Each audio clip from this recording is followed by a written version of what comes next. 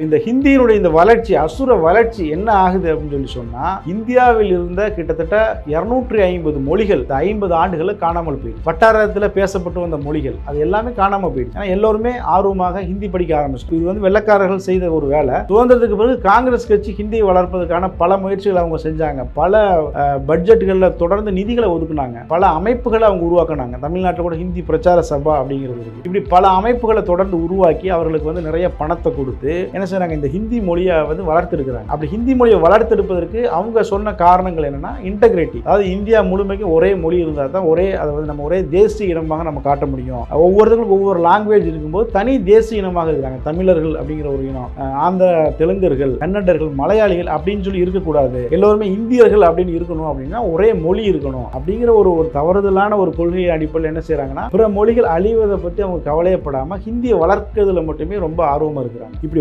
வளர்க்கப்பட்ட ஒரு மொழிதான் ஹிந்தி. அதாவது ராமாயணம், மகாபாரதம், இந்து புராணங்கள், இந்த புராணங்கள் எதுவுமே ஹிந்தி மொழியில் இயற்றப்படவில்லை. உதாரணத்துக்கு வந்து வால்மீகி ராமாயணம் அப்படிங்கிறது வந்து ஹிந்தி மொழியில் இயற்றப்பட்டதில்லை. பிற்காலத்தில் தான் அதை என்ன செய்றாங்க, ஹிந்திக்கு டிரான்ஸ்லேட் பண்றாங்க. எனவே இன்னைக்கு வந்து தமிழ்ல வந்து நமக்கு வந்து தொல்காப்பியம் முதல் தமிழ் காப்பியம் சொல்லி நம்ம சொல்ல முடியும். தொல்காப்பியர் மிகமூத்த தமிழ் கவிஞர் நம்ம சொல்ல முடியும். அப்படி யாரையுமே ஹிந்தியில் சொல்ல முடியாது. காரணம் என்னன்னா, 200 வருஷத்துக்கு முன்னாடி ஹிந்தி அப்படிங்கிற அந்த மொழியே வந்து கிடையாது.